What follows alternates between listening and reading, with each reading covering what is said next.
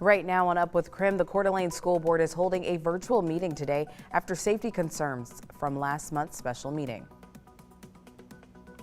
And hundreds showed up at the state capitol to protest the vaccine mandate for state workers as a crucial deadline looms. And many people simply want more time to make that decision and not be forced into it.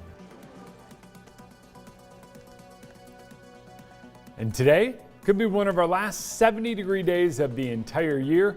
I'll let you know why I think it's going to get so much colder.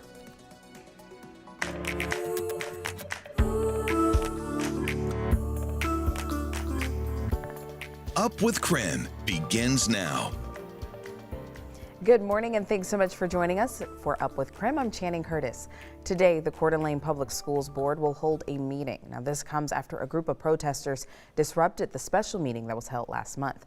Nicole Hernandez is live in Coeur d'Alene this morning. So, Nicole, can you tell us a little bit about what's planned for tonight's meeting? Yeah, absolutely. Good morning, Channing. So right now I'm live outside of the meeting room that the Coeur d'Alene Public School District tried to host their meeting in last month. This is off of 5th Street here. And well, this parking lot right now is completely empty. That evening, it was completely full of protesters against a mask mandate. So take a look at how that was.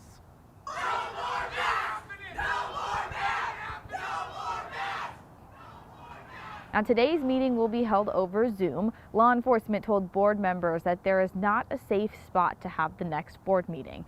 A week after the protest, two board members, Tamara Pickford and Chair Jennifer Brumley, submitted their resignations. Today, the board will vote on whether to accept Brumley and Pickford's resignations. Both of them were in favor of making masks recommended but not required. But last month, Kootenai Health staff members wrote a letter to the district asking them to make masks mandatory. I think a lot of parents and school board officials are saying, well, that's not me. That's not our house. That's not our home. And it is, you know, and that's what makes us sad and scared because it doesn't need to be this way. And the more we team up and the more we mask up and the more we vaccinate those who are eligible, hopefully the sooner we can get back to that normal that we all desperately, desperately want. Now, right now, masks are recommended but not required in the district. But that meeting will be happening tonight at 5, like I mentioned, happening over Zoom. So we'll make sure to keep you updated on KREM.com this evening and, of course, give you updates tomorrow morning on Up with KREM. Live in Coeur d'Alene, I'm Nicole Hernandez. Now, in the meantime, today is the last day Washington healthcare and state workers can get vaccinated against COVID-19 in order to meet Governor Inslee's vaccine mandate deadline of October 18th. Now, for those who still need to get vaccinated, there are several options available in order to get the J&J vaccine. There's actually a clinic being held in Medical Lake today from 7 a.m. until 4 p.m. Registration is required, though, so to sign up, you can go to prepma.doh.wa.gov. It's right there on your screen, but you can also call your local pharmacy to see any vaccine appointments that are available.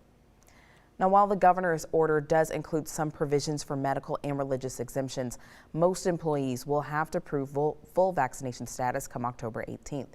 Yesterday, hundreds gathered outside the state capitol in Olympia to protest the mandate. Many state employees say their job is on the line over what should be a personal decision. And many people simply want more time to make that decision and not be forced into it. We need to stand up. People are losing their jobs because of this decision that's made for them. According to the State Office of Financial Management, the vaccination rate among state employees jumped nearly 20% between September 6th and September 20th. All right, the time is now 6:32. Let's get a look at the forecast as you're getting ready to head out for work or for school this morning and starting the week off because it's Monday. Happy Monday, Jeremy. It is TGIM. TGIM, we've done it, Channing. We made did. it. We started the week. Yeah. This is likely our last 70-degree Monday of the entire year, but you know. That means we have to celebrate, though. That means we have to make this Monday amazing. Make Monday great. Yep. Yeah, let's do it. Let's make Monday great. All right, let's start with the weather. Let's get you outside. A little bit of cloud cover early on this morning. Temps in the mid-40s here in Spokane. And not too far from there around the inland northwest. You're at 43 in Coeur d'Alene, 43 in Moses Lake. You head up to Sandpoint, a little bit cooler, 36 early on this morning. Ooh, nice and chilly, but that 36 in Sandpoint is likely what we wind up seeing here in Spokane, not too far from now. Thankfully, it's not today or tomorrow, but later on this week, temps do drop. Right now, it's temps on the rise. We're in the mid-70s later on today and staying warm tomorrow as well, but the big change arrives Wednesday as temperatures struggle to climb into the upper 50s. We got a big cool down in the works, and I've got the details coming up. One of the largest oil spills in recent Southern California history closed off miles of popular beaches over the weekend. A leaking pipeline is believed to be the source of this massive spill. It sent more than 100,000 gallons of oil into the Pacific Ocean, and it stretched from Huntington Beach to Newport Beach. Crews are working to spread booms to contain the slick, and they're using pressurized equipment to contain what they can. Environmental experts say that the cleanup, though, could take months. We are fully committed to being out here till this incident is fully concluded. Officials are expected to give their next update on the spill and the cleanup this morning at 10 a.m. 6:34 now, time for your morning rush. More news in less time. Reese Boutique will be hosting a fall festival this weekend. The money raised will be used to help the family of Spokane County firefighter Cody Traber. Traber died in August after falling off the Wandermere Bridge when investigating reports of a wildfire. That festival starts this Saturday. A big change coming for people trying to get a job in the cannabis industry. Starting today, a new Washington law allows people who have felonies on their criminal records to apply for a license to grow, process, or sell marijuana. Until now, a single felony prevented someone from being considered, but now their applications will be reviewed. The Northwest Museum of Arts and Culture in Spokane opened a brand new exhibit. The exhibit is called Louis Comfort Tiffany, Treasures from the Dree House Collection.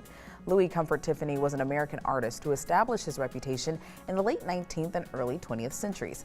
He's best known for his work in stained glass, and you might be pretty familiar with his father, Charles Louis Tiffany. He established the luxury brand Tiffany & Company.